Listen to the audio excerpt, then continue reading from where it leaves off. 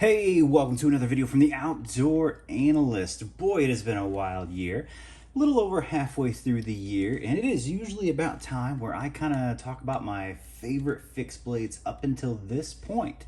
So mostly we're just getting out of winter and headed into spring and a little bit of summer. So for me, that means mostly just adventure trips and then kind of just trips with the family. So my knife preferences during this time of year generally tend to be a little bit smaller. So, this video comes Christmas, there'll probably be a little bit of change as far as what my favorite 5 knives have been just to use. Not that I've come out, just use in general.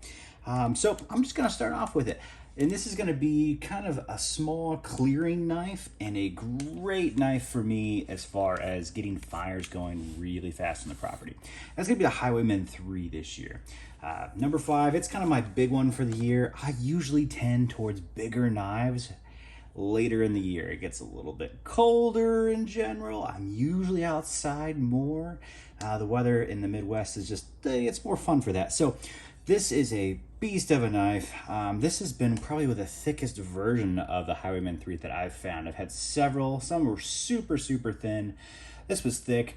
This has just been fun for kind of clearing green wood that just needs to be knocked out of the way on the property, and just kind of splitting wood whenever it comes up for fire. So great beast. I probably will swap over to my Shining Mountain Bowie as it gets a little colder, but I've got months to go for that. So far this has been amazing. It's a little bit lighter. It's not a super heavy. I think this is about a 9-inch Bowie. So it's perfect for really just clearing brush, clearing stuff out, splitting logs when I need it to. I absolutely love this. The leather stacked handle is really, really good. I love leather stacking just because it holds up so well, and you can just throw a little bit of wax on there, just a smidgen of beeswax, and it does really, really good. So love this knife. Number 5. All right, moving on. We're gonna get a little bit smaller here. And I think that's gonna be my fire knife. I've been using the Papa Bear Knives Essential in Scandi a lot this year, and it has just been really good. It's kind of like a tactical Scandi, and I absolutely love it. I think this is an 8670 or it's an 80 CRV2. Actually, I think this is 80 CRV2, and just a beautiful, pretty sure this is a maple handle, but man, I love this thing. Very ergonomic.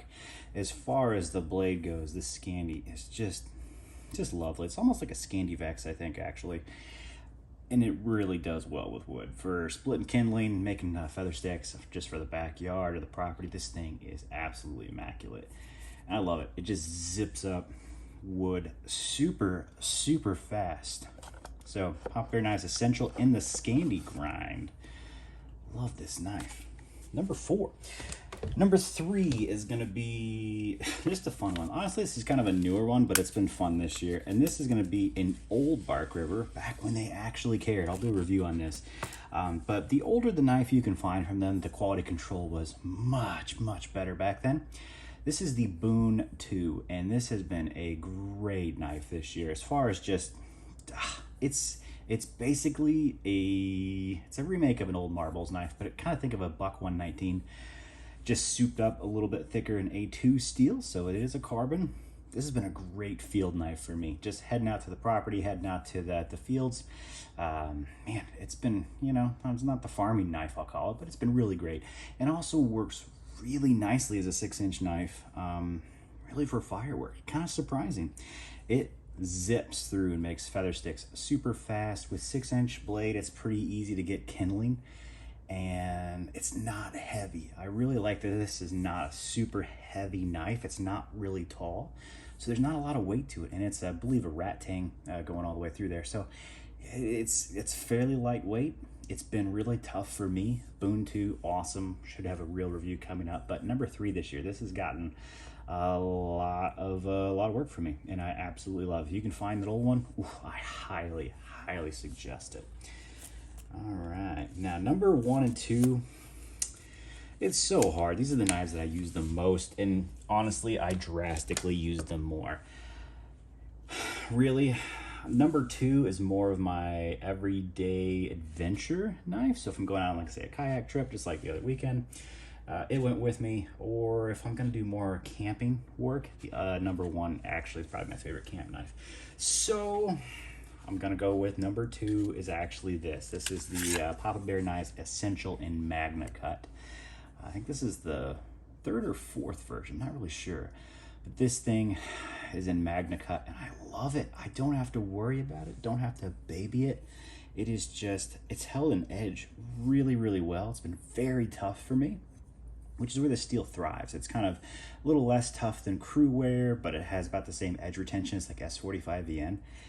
And it's completely stainless, absolutely completely stainless as far as rust goes. Nothing that I do where I live is gonna rust this knife. And in the Midwest, everything's wet. That is amazing. We don't have to deal with salt water, but everything's wet all the time here, whether that's humidity, rain, snow, ice.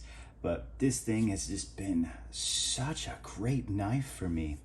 And it's been a surprise takeover. It has actually taken over my Winkler belt knife because I think it's the MagnaCut and the thinner blade grind. This just cuts better than my Winkler. And this is, it's been gone, it just goes with me everywhere I go. As far as an adventure knife goes, this has been my top knife. And that's why it's number two. It's almost number one. But the truth is that just the looks, the feels that I get with this LT Wright Genesis, that's just the custom pine cone in A2 with a full flat grind. I love this thing. I absolutely love this knife. It is so ergonomic and it does so well for just food prep and for fire prep. It's so thin behind the edge. It just has been marvelous. It's been a marvelous camp knife.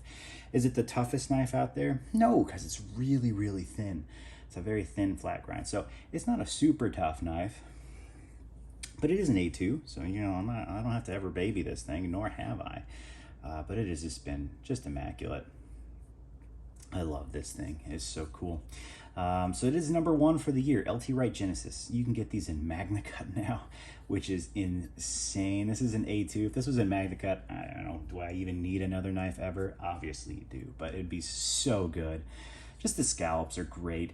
Great scallops on there. It's hard to see just because it kind of blends in there, but they're really good. Just for food prep, this knife's just amazing. I love it. I was afraid the broom handle would kind of just feel like that, a broom handle. This knife is so ergonomic for just long work. Man, can't recommend it enough. So that's my top five so far this year. As you can see, kind of small, mostly just smaller belt knives. I've been mostly just doing adventuring and camping at this point, or camp work, which is just a lot of food prep and a little bit of fireworks. So that's all I got right now. I am looking forward to just seeing where it changes as the year goes on. I've got some cool knives coming in. That'll take a few months for me to see if they're gonna break this list, but I think at least two are definitely gonna take it in the top five. So really excited for what's coming. I hope you enjoyed this, and I will catch you on the next one. Like, subscribe, and yeah, see ya.